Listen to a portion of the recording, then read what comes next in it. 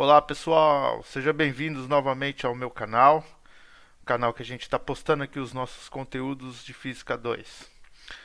Então, dando continuidade ao nosso curso, na aula passada a gente falou sobre as leis de Kepler e sobre o conteúdo de gravitação universal a gente encerrou a parte teórica, né?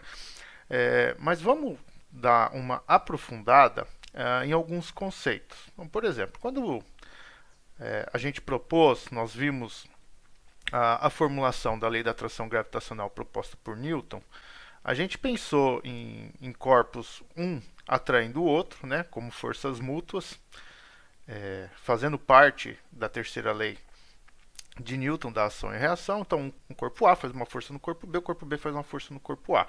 Só que esses corpos, né, de forma geral, como a gente está falando, estávamos falando de corpos celestes, né, a gente pensa num corpo esférico, né?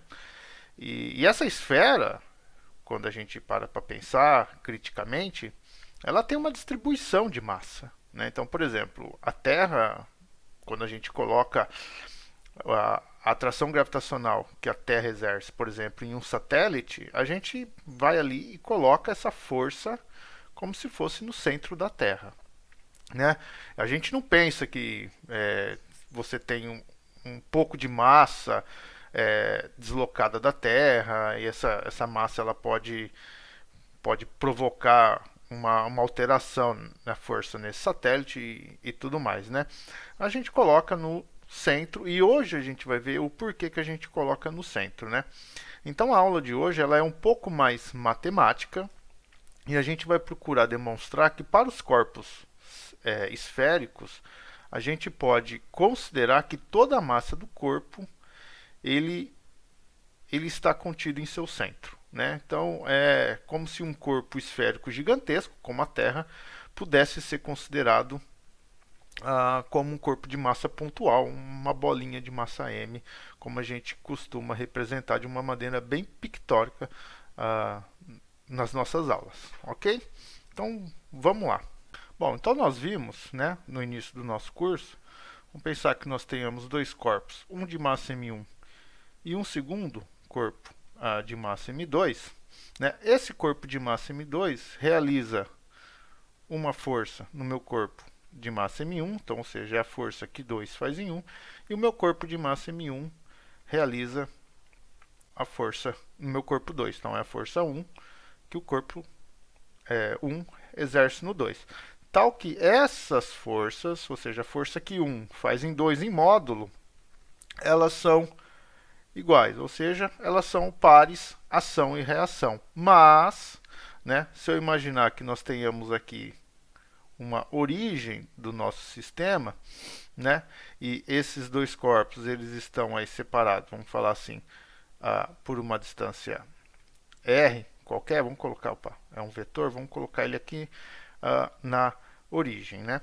Então, nós podemos dizer que a força que 1 faz em 2, ela tem uma direção oposta da força que 2 faz em 1, ou seja, é a característica dos pares de ação e reação, né? E o módulo dessa força, como a gente viu, ela é dada pela constante gravitacional, o produto das massas dividido pela distância ao quadrado, tá? No caso, então, essa distância aqui seria o que? A distância que o corpo 1 está separada do meu corpo 2.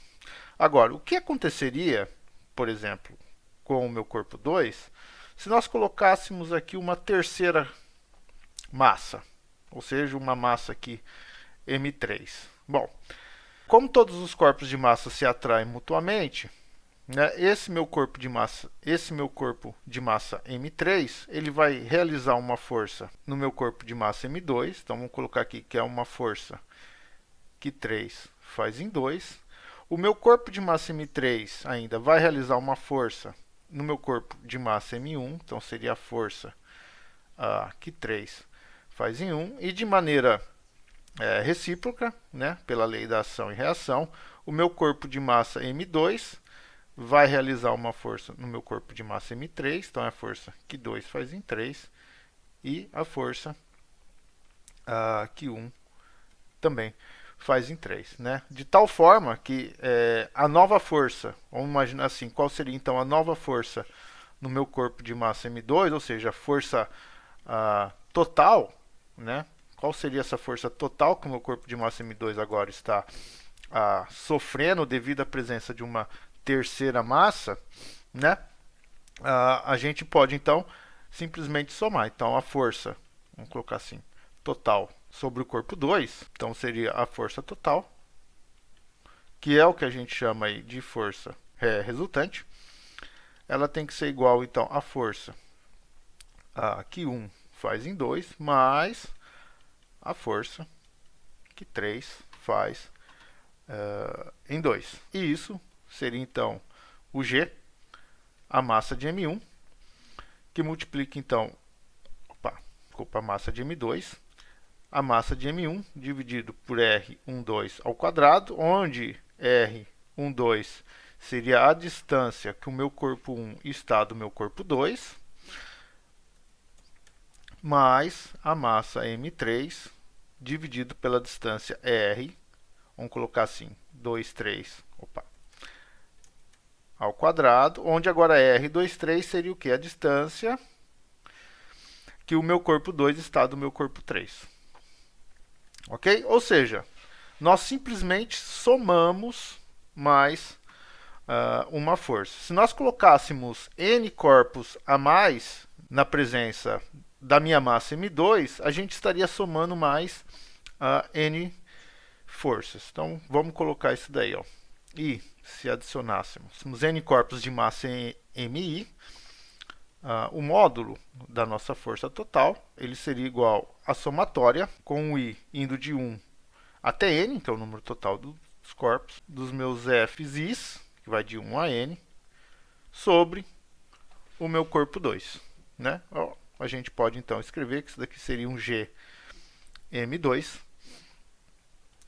vezes aí uma somatória dos MI, R e 2 ao quadrado, né? Então, só para a gente ver se a nossa fórmula ela está minimamente correta, né? Para um caso de dois corpos a mais, a gente volta para a nossa situação aqui, né? Então, a gente soma de 1 até 2, tá? Obviamente que a gente exclui o corpo que está sofrendo a força. Bom, mas por que eu estou falando isso? Porque é o seguinte, o caráter que a gente encontra quando a gente começa a somar as forças, né, é que para eu obter a força resultante, a gente parte do princípio da superposição de forças. Ou seja, se eu tenho um conjunto de corpos espalhados pelo meu espaço, né, e a gente fixa um único corpo, então a gente pega todos os outros corpos e computa a força desse corpo I, como se não existisse o restante. Então, a força desse corpo que exerce nesse, computa. Aí depois você pega o próximo corpo, esquece todos os demais e vê qual a força que esse corpo está exercendo aqui. E computa também. Então, isso daqui, né, é o princípio da superposição de forças. E como a gente viu no curso que a força F de atração gravitacional ela é conservativa, a gente consegue escrever ela a partir de uma função de energia potencial. Então vamos escrever a energia potencial, né, para um caso aí em que a gente tenha, por exemplo, sei lá, N corpos, ou no caso de 3 corpos que a gente está tratando aqui.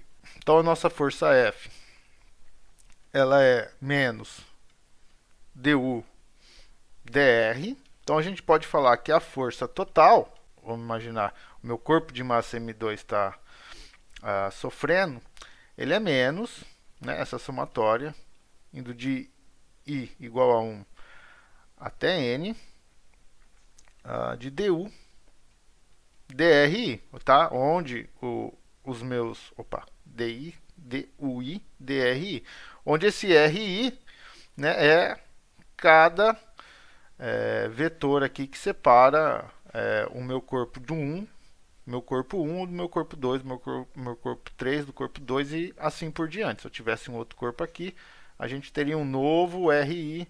Se eu tivesse um outro corpo aqui, um novo RI e assim por diante. Espero que tenha ficado claro isso. Ok?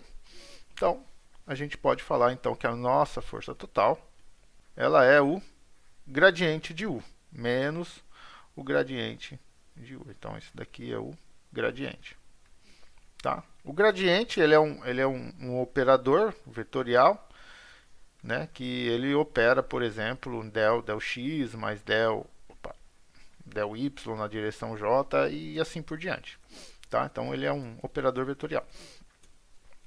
E a minha força é um vetor, então ele basicamente transforma então essa minha função aqui escalar, ela coloca essa função escalar em forma de vetor. Onde o u, então agora, que a gente está tratando no meu gradiente, onde o u ele vai ser então a soma, né, das minhas energias potenciais devido a esses n corpos de massa espalhados ao longo do espaço. Então o U ele é a somatória dos UI, indo de 1 até N. E obviamente a gente exclui o corpo que está sofrendo essa força. Né?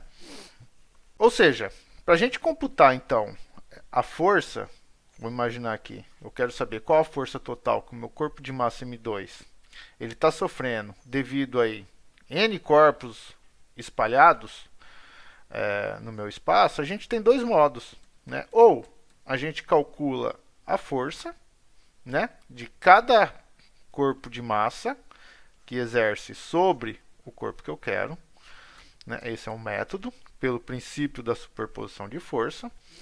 Ou se a gente conhecer a energia potencial total na qual esse corpo ele está submetido, ou que ele possui, né, a gente consegue, então, determinar essa força total, sabendo que a minha força total é o gradiente de U. É o negativo do gradiente. Tá, mas por que isso nos interessa na aula de hoje? É o seguinte, imagine-se, então, que nós tenhamos um corpo, sei lá, um corpo qualquer. Um corpo cilíndrico.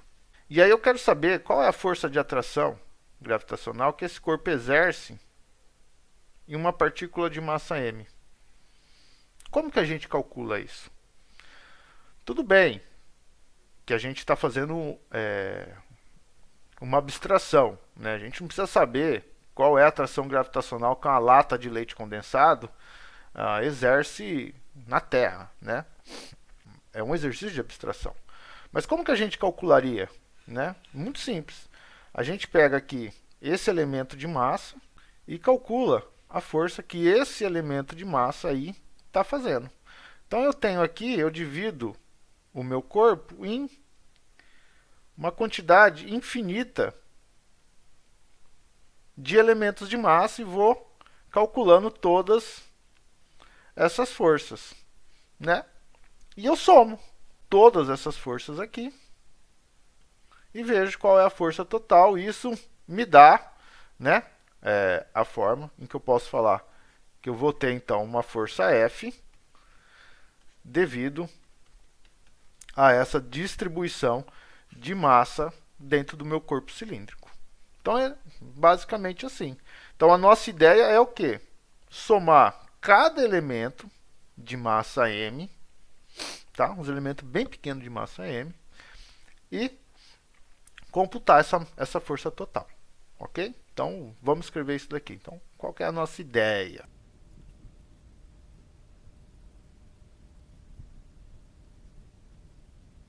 Então a nossa ideia é determinar qual é a força que esse elemento de massa DI, né, exerce no meu ponto de interesse. Vamos chamar aqui um ponto P, que é esse meu ponto aqui.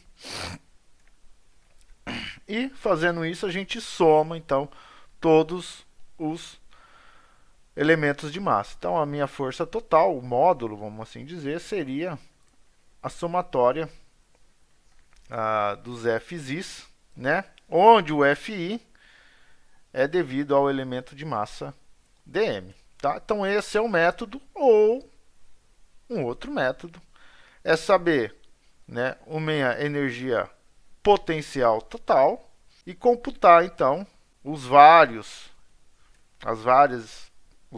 potenciais devido a esse elemento de massa nesse meu ponto aqui. E se eu souber esse potencial, eu consigo determinar a força. Como que eu consigo determinar? Tomando a derivada. Simplesmente assim. Tá? Então, na aula de hoje, o que nós vamos fazer? Como o título diz, é a atração gravitacional para uma distribuição esfericamente simétrica de massa. Então, vamos aplicar essa ideia aqui a partir do princípio de superposição de forças, que a gente pode somar as forças. A partir dessa soma de forças, que é a força total, a gente consegue também determinar o gradiente, né? Só que a gente vai fazer o inverso. Vamos primeiro achar o potencial e a partir da definição do gradiente a gente acha a força total, só que para um corpo esfericamente simétrico.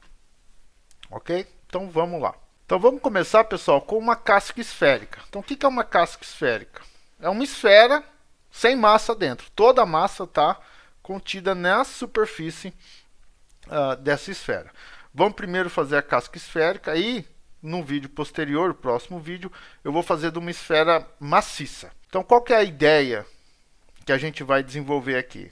É pegar nesse meu ponto P e calcular a energia potencial aqui devido a um pequeno elemento de massa, né? E esse pequeno elemento de massa que a gente vai fazer vai ser o que? Esses anéis aqui.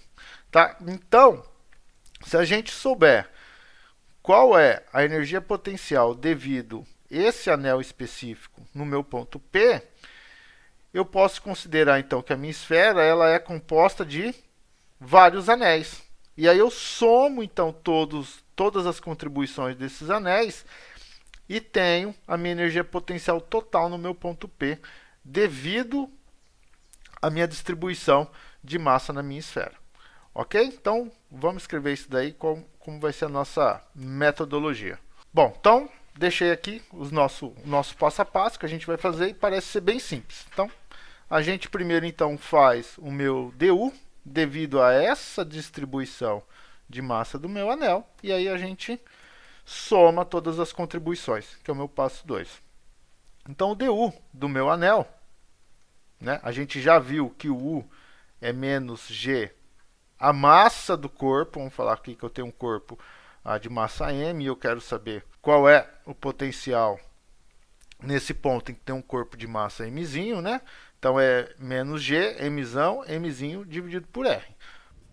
Então, meu DU do anel é menos G, a minha massa Mzinho, que é no meu ponto P, o dm, que é a massa aqui do meu anel, dividido pela distância que esse anel está do meu ponto P. Então, é a minha distância S. Então, agora a gente tem que o quê? Simplesmente somar todo esse restante de massa. Agora, como que a gente vai fazer isso?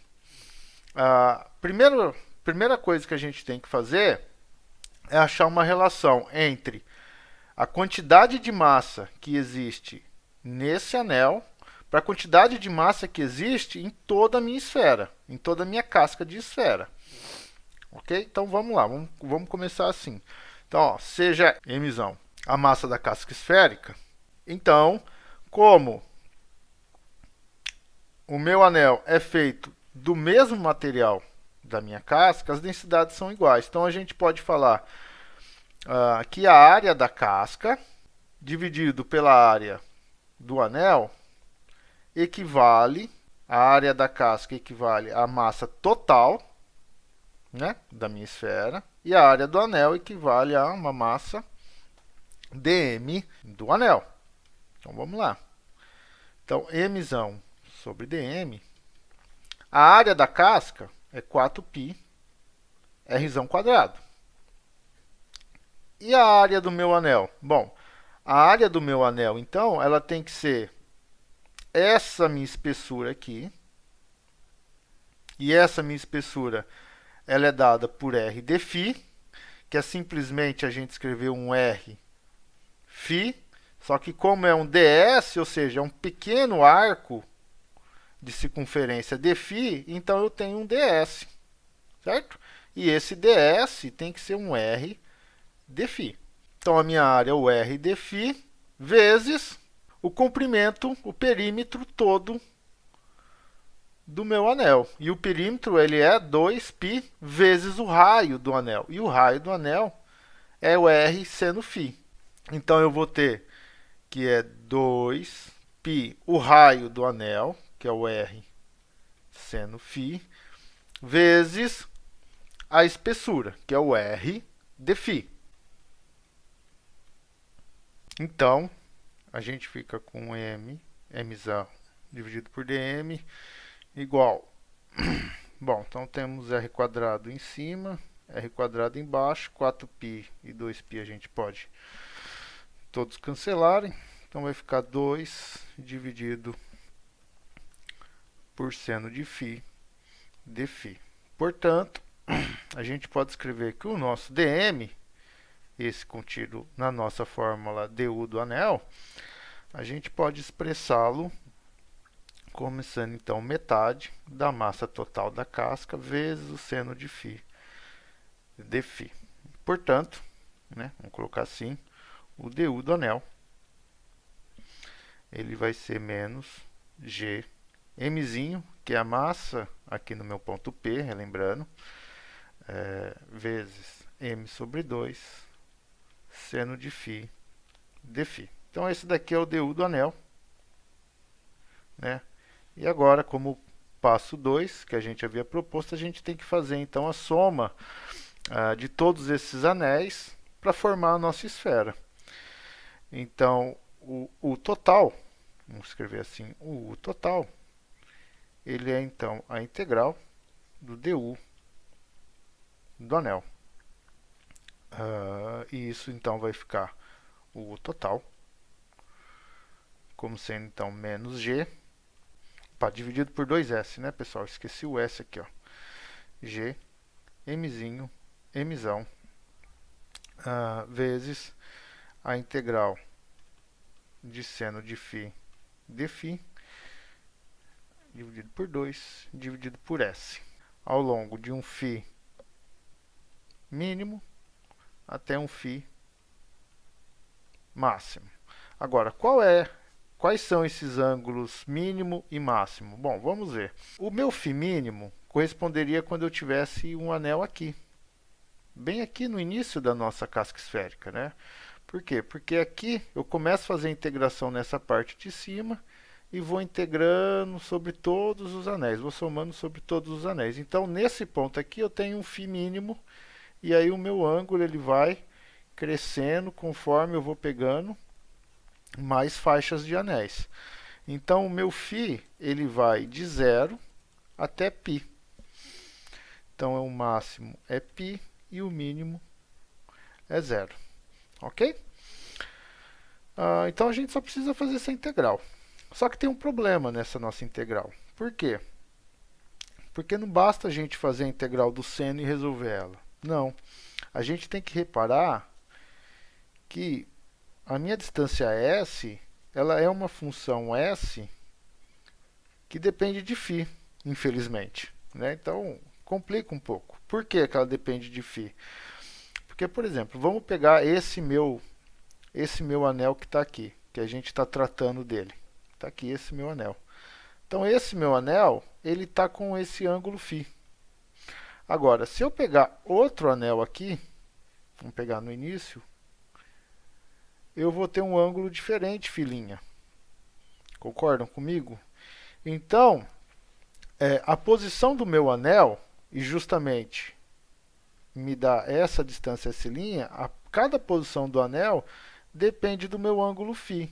E, portanto, vai depender também a minha posição desse elemento de massa no meu ponto P. Então, a gente precisa procurar uma fórmula que possa demonstrar essa dependência da minha distância S com o meu ângulo φ. Bom, então o que nós temos no nosso problema é exatamente essa figura aqui. Vamos dar uma olhada lá. Então eu tenho um triângulo cujo lado vale R, o meu outro lado vale Rzinho e a minha hipotenusa vale S. Então é exatamente o que eu desenhei. Então como que a gente consegue escrever? Bom, se eu tenho o meu ângulo φ e um lado vale R, Aqui a gente sabe que é o R seno de φ, que é o meu cateto oposto desse pequeno triângulo em azul, certo? Ainda no meu triângulo em azul, eu consigo então determinar que essa distância aqui é o R cosseno de φ. E que, portanto, isso daqui é um Rzinho menos o meu Rzão cosseno de φ. Então, agora eu consigo escrever o meu S em função de R seno φ e Rzinho menos Rzão cosseno φ, que é uma dependência que a gente estava querendo. Então, a gente pode escrever S ao quadrado igual esse meu lado ao quadrado, então é R quadrado seno ao quadrado de φ, mais esse meu lado ao quadrado. Então, é o Rzinho menos Rzão cosseno de φ ao quadrado. Então, S ao quadrado é um Rzão quadrado seno ao quadrado de φ, mais R ao quadrado menos 2 vezes Rão cosseno de φ, mais um Rzão ao quadrado. Então, S ao quadrado é igual a R ao quadrado. Então, eu vou colocar esses meus dois termos aqui. Opa, aqui faltou o cosseno ao quadrado de φ. Esses meus dois termos em evidência. Então, R quadrado seno ao quadrado de φ mais cosseno ao quadrado de φ, mais um Rzinho ao quadrado, menos 2 vezes Rzinho, Rzão, cosseno de φ.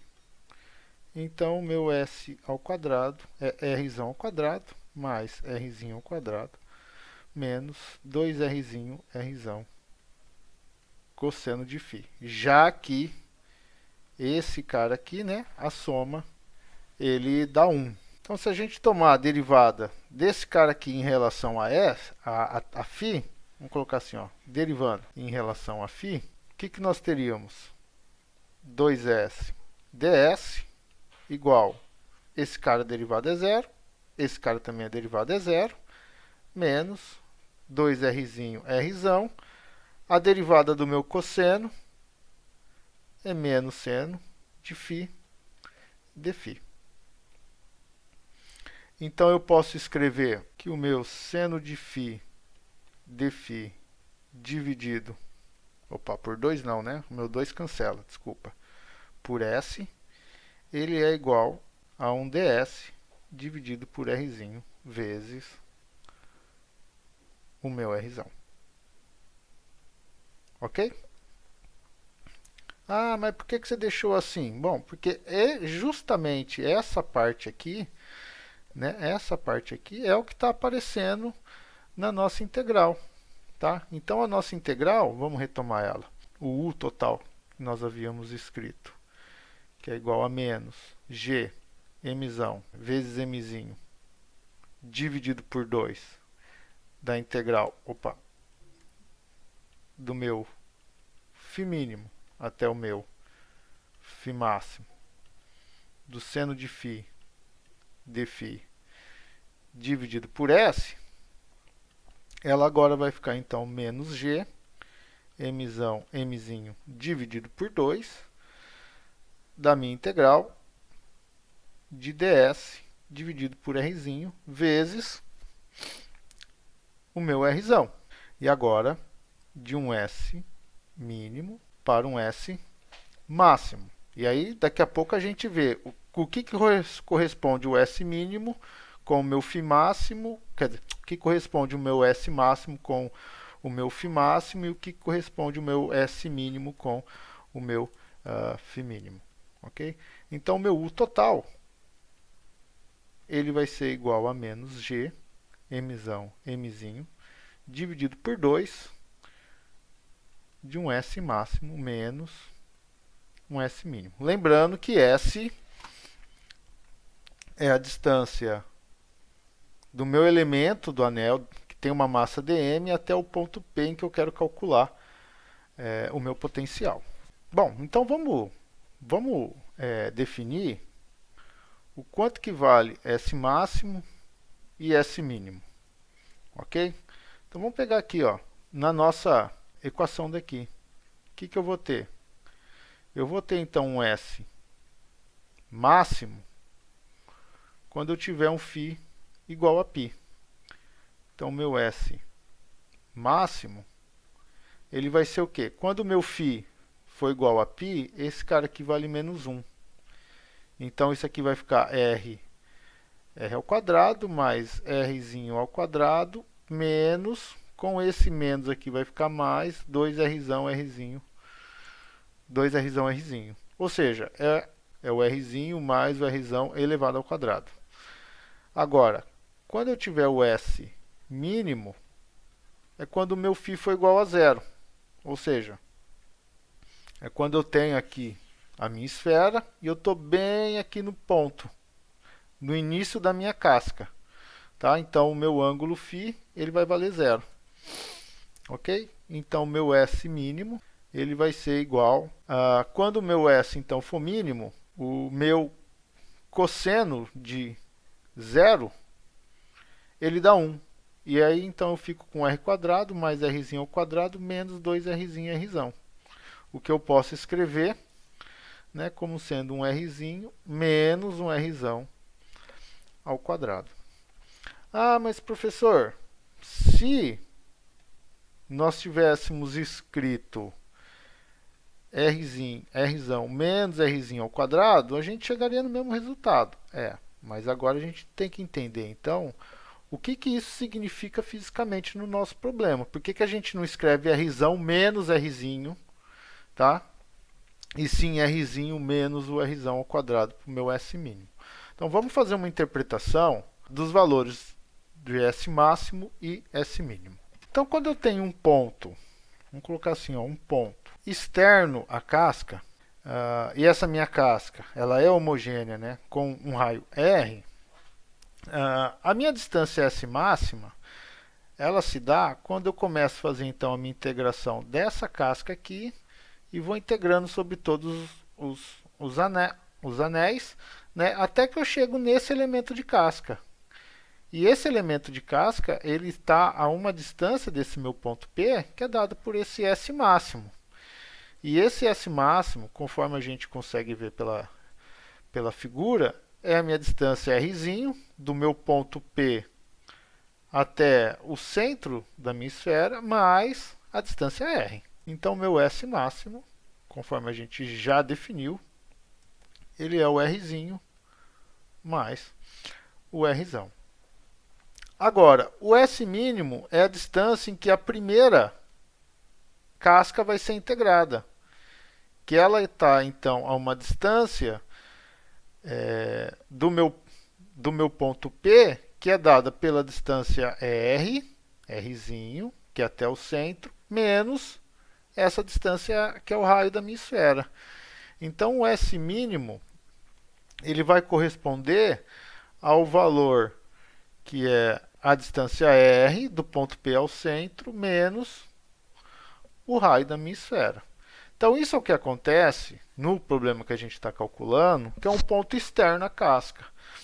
Mas o que aconteceria se a gente tivesse, por exemplo, o meu ponto P aqui, interno à minha casca? Como que ficaria essa nossa relação? Será que ficaria da mesma forma? Vamos dar uma olhada. Então, quando eu tenho um ponto interno à minha casca, que é o meu ponto P, o que vai acontecer? O meu S mínimo, agora, ele vai começar então a integrar desse meu ponto aqui, né, que está a uma distância, vai começar a integrar daqui, que está a uma distância S, e vai fazer a integração, até chegar aqui, que é o meu ponto máximo. Então, a distância mínima do primeiro elemento de anel, de massa dm, está aqui. E está uma distância S mínimo. Como a minha esfera ela tem um raio Rzão, o que vai acontecer?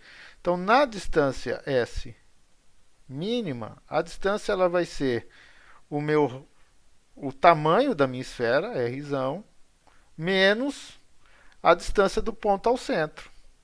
Ok? E isso, então, satisfaz a condição de se manter S maior do que zero, porque o S é uma distância. Então, se a gente, de uma forma aqui no nosso problema colocasse, por exemplo, opa, aqui está faltando os quadrados, né, pessoal? Me desculpem. Aqui, ó.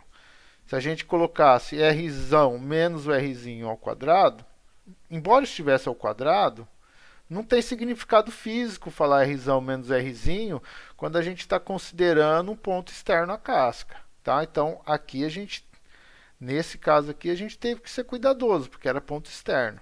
Ok? Mas a gente pode colocar o r menos o rzinho se a gente estiver considerando, então, um ponto interno à casca. Só que aí já é outro tipo de problema que a gente está analisando. Tá? E por ponto interno à casca, o S máximo ele vai permanecer da mesma forma. Né? Então, o S máximo, que seria o quê? Esse meu R mais essa distância aqui, que é o meu raio da minha esfera, que é o meu raio da esfera. Então, é um Rzinho mais o Rzão. Então, isso daqui são pontos, né, internos à casca. Então, vamos lá. Então, vamos agora calcular os potenciais. Né? Assim, para pontos externos à casca, eu vou ficar com então, o S máximo menos o S mínimo, que é Rzão. Opa, Rzinho mais Rzão menos o Rzinho menos o Rzão. Então, isso daqui vai me dar 2 vezes Rzão. E para pontos internos à casca, o S máximo menos o S mínimo, que é um Rzinho mais Rzão, menos o Rzão menos o Rzinho, que vai me dar 2 vezes o Rzinho. Então, agora que a gente já sabe a diferença entre os pontos máximos e mínimos, vamos jogar ele aqui na nossa fórmula e encontrar o total para os pontos externos e internos à casca. Então, a gente pode determinar o potencial total devido à distribuição esférica e homogênea de massa em uma casca. Então, nós teremos o U total, que vai ser igual a menos G Mzão Mzinho, dividido por 2 Rzão Rzinho, que multiplica, vamos lá, S máximo menos o S mínimo. Então, vamos pegar o S máximo menos o S mínimo para os pontos externos à casca, que vai me dar 2 vezes o R. Então, eu vou ficar aqui o U total é menos, então, Rzão e Rzão se cancelam, G Mzão Mzinho dividido por Rzinho. Então, esse daqui é o resultado para um Rzinho maior ou igual ao raio da minha casca esférica.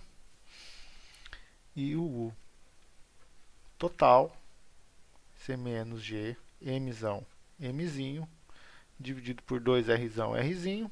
Para o S, para a diferença entre os S máximos e mínimos dentro da casca, é 2 Rzinho. Então, isso aqui é 2 Rzinho. E aí a gente cancela da mesma forma que a gente cancelou em cima, né? Então, cancela aqui. E a gente vai ficar aqui o U total. Ele é igual a menos G, Mzão, Mzinho, dividido por R. Isso aqui para um R menor. Um Rzinho menor do que R. Olha só que interessante. Isso daqui, ele é um resultado constante. Ou seja, a minha energia potencial dentro da casca, devido à distribuição esférica e simétrica homogênea dela, é constante dentro da casca. Agora, fora da casca, ela tem dependência de 1 sobre R. Ou seja, se a gente graficar isso, então, é algo que a gente já viu, e a gente já falou bastante, até mesmo quando a gente fizemos a nossa aula de projéteis, né, na órbita da Terra, nós vimos que o U de R, quando nós temos a Terra, vamos imaginar que assim, ó, eu vou colocar a Terra então bem aqui na nossa origem, o centro dela na origem. Então, essa distância aqui é o raio da Terra, vamos assim dizer, né? E para as distâncias r, que é menor do que o raio da Terra, a gente tem então um potencial aí constante. Está aqui, ó. Então a gente tem um potencial constante. E para as posições fora da Terra, ou seja, com o meu Rzinho maior do que o raio da Terra, ele vai com 1 sobre R, ou seja, ele vai aumentando até a zero. Quando o R tende ao infinito, o U tende a zero, tá? Ou seja, o resultado que a gente obteve é exatamente igual ao que nós tínhamos quando a gente considerava a Terra e um satélite aqui orbitando em torno da Terra. Exatamente igual.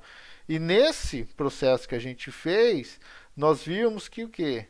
Que a força que a Terra faz nesse objeto satélite, a gente empregava essa força no centro do meu objeto. E esse objeto fazia uma força no centro da Terra também, que era o nosso par ação e reação. E essa força era proporcional a 1 sobre r ao quadrado. Então vamos calcular agora a força para esses elementos de massa, né, de uma casca esférica para pontos externos e interno à casca. Então a nossa força F, que depende aí da posição do meu corpo, ele vai ser igual a menos o gradiente de U. Tá? Lembrando que o gradiente ele é um operador vetorial, que ele pode ser um del x na direção y, del y na direção j, mais um del z na direção k. No nosso caso aqui, o nosso operador ele é um del r aqui na direção r. O que isso quer dizer? Quer dizer que se eu tenho aqui um problema de dois corpos, né? Eu tenho aqui a minha casca esférica e eu tenho aqui o meu ponto P com uma massa mzinho, a força que os corpos vão realizar uma sobre a outra, elas estão ao longo da direção do vetor R, tá? Pensando então aqui que eu estou colocando a origem do meu sistema no centro do meu corpo esférico, ok? Então eu vou ficar aqui, o F é menos um du dr na direção R. Então nós vamos ter aí dois casos. Para o R maior ou igual a um Rzão, né, eu vou ficar aqui a minha força F. Quando eu derivar esse cara aqui, eu tenho o meu sinal de menos, que é da minha fórmula. Com esse sinal de menos ele fica positivo, e na hora que eu derivo 1 sobre R dá menos 1 sobre R quadrado. Então vai ficar menos G mzinho sobre R ao quadrado na direção de R. E para um Rzinho menor do que R, a minha força F, aí eu vou colocar assim em módulo, ela é igual a zero. Por quê? Porque para esse caso aqui a minha força é constante, ela só depende de Rzão, não depende de Rzinho, que é a minha variável de derivação. Ok? Então ela é zero. Certo? Ah, mas e esse sinal negativo aqui? Tá certo o sinal negativo? Tá certo. Tá indicando que é uma força atrativa. É só isso, pessoal. Ó. Então a gente tem aqui um corpo grandão, a Terra e o satélite. Aí eu tenho uma força que o satélite, vamos falar assim, 2 e 1. É a força que 2 faz em 1, e aqui eu tenho a força que 1 faz em 2. Então a gente está calculando a força que esse cara aqui exerce. Então é essa. E num sistema de coordenadas, está aqui o meu vetor posição R, ou seja, o meu vetor F está em sentido oposto ao R. Está aqui. Ok? Então nada de se estranhar o resultado, pessoal. Tá tudo certinho, bonito. Se vocês pegarem o livro do Moisés, vai estar mais bonito ainda. Deem uma olhada lá. Bom, então, com esse resultado aqui, olha que interessante, né? Com esse resultado, a gente retoma o que a gente veio fazendo já desde o início do curso, que é, independente do corpo, do tamanho do corpo, a gente sempre considera que toda a massa do corpo ele está contido em seu centro de massa.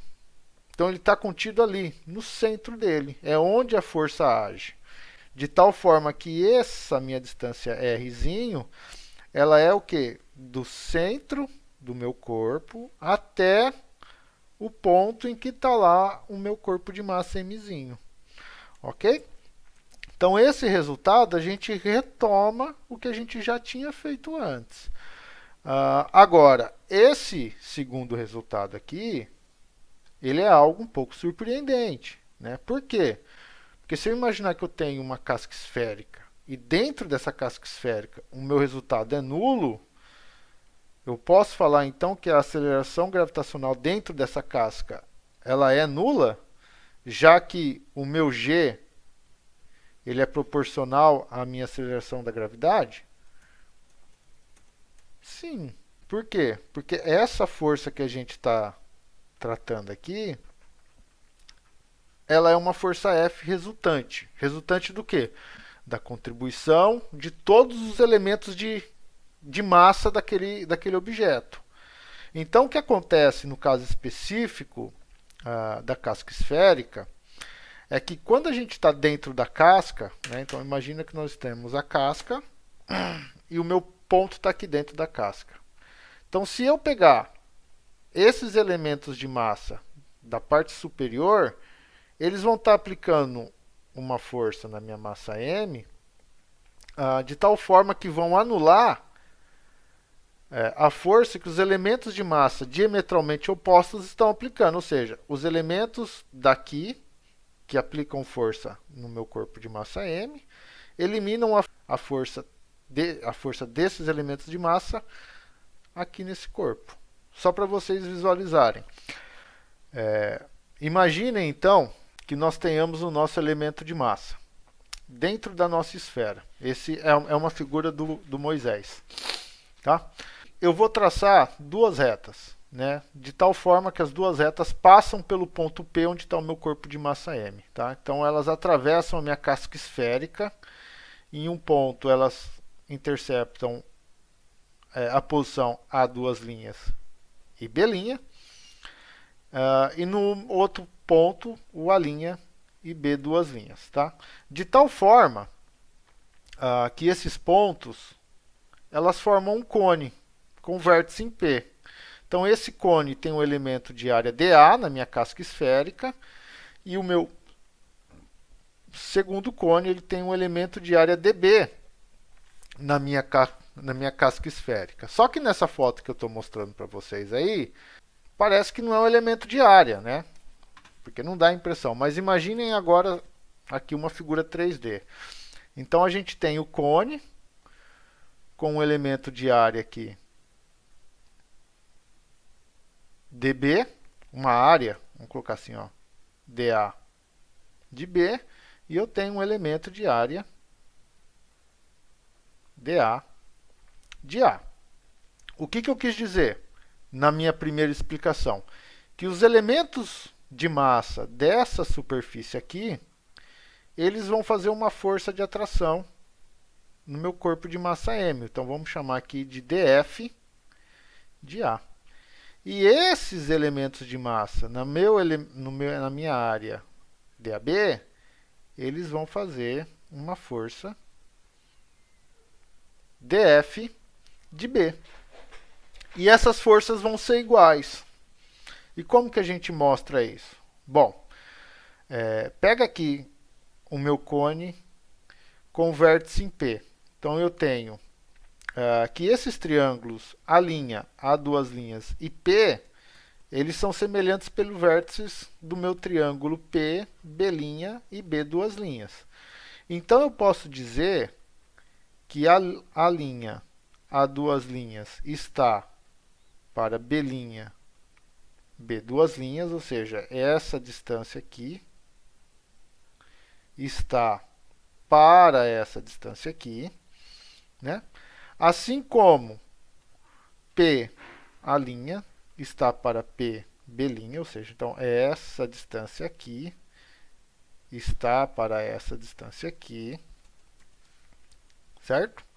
Como eu tenho um elemento de área muito pequena, eu posso falar que P A' está para PA, assim como P B' está para PB, que é justamente essas distâncias, que são então os meus raios RA e RB, da distância de cada elemento que o meu corpo de massa M está. Então, ou seja, se os meus segmentos de reta são proporcionais aos meus raios, nós podemos dizer que os elementos de área, então, eles devem ser proporcionais ao quadrado desses raios. Ok? Então, eu posso escrever que a minha força dFA, que é a força devido ao elemento de massa dm da minha área A, ela é dada por G, mzinho, que é a massa desse corpo, vamos colocar assim, um dm de A, dividido por um R de A ao quadrado. Ok? Então, o meu dF de A, ele é G, mzão. E quem que é dA sobre R ao quadrado? É justamente a minha densidade, que é a minha quantidade de massa dividido pela minha área. Então, eu posso falar que a minha densidade sigma é uma quantidade de massa dMA, na minha área dA de A. Então, isso aqui é dMA. A minha área ela é proporcional ao raio ao quadrado, a R ao quadrado. Então, eu posso escrever que o dFA é igual a Gm vezes sigma. E de forma análoga, o meu dFB, ele é G, mzão, dm de B, RB ao quadrado. Então, o meu dFB, ele é G, mzão, sigma, que é da mesma maneira, né? Como eu tenho o mesmo material aqui e aqui, a minha densidade é igual, né? Então, portanto, a gente consegue falar que o dFA é igual ao dFB. Então, ou seja, a força que o meu elemento de área em verde provoca na minha massa, ela tem que ser igual, mas em sentido contrário, que o meu elemento de massa na área em azul provoca nele.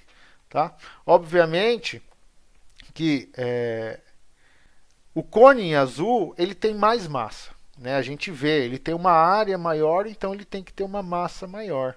Só que ele está mais distante do meu ponto P. Então, como ele está mais distante e a força é 1 sobre R ao quadrado, a força é equilibrada pela quantidade de massa. Por outro lado, a minha área em verde, né, que ela é menor, então ela tem menos massa, mas ela está mais perto. E como a força é 1 sobre R ao quadrado, então esse elemento de massa que é menor, ele é contrabalanceado pela posição que está mais próxima da minha casca esférica. Então assim as forças se contrabalanceiam. Bom, então pessoal, a aula de hoje era isso. O que eu queria chegar para vocês de uma forma resumida era um resultado que nós já aplicávamos, que é o quê?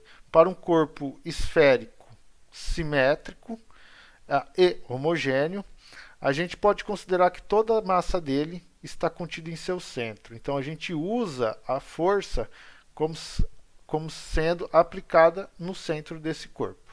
Ok? Na próxima aula, no nosso próximo vídeo, a gente vai colocar agora o problema de um corpo maciço, uma esfera maciça.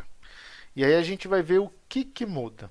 Quando a gente fala de uma esfera maciça, a gente se aproxima mais com a Terra, porque a Terra ela não é uma esfera oca, ela não é nenhuma esfera de verdade, né? Quanto mais oca. E aí a gente vai discutir um pouquinho, porque a Terra, por exemplo, a densidade dela não é uniforme. Ela depende da posição, né? O núcleo dela é mais denso do que as partes mais externas. Então, como que a gente consegue calcular, então, por exemplo, essa força da atração gravitacional, né? Como que a gente chega a essa constante G, ok? Então na próxima aula a gente fala um pouco sobre isso e estudem, pessoal. Se tiverem alguma dúvida, por favor, entrem em contato comigo. Está aqui o meu e-mail. Vai ser um prazer respondê-los. Um abraço. Tchau, tchau.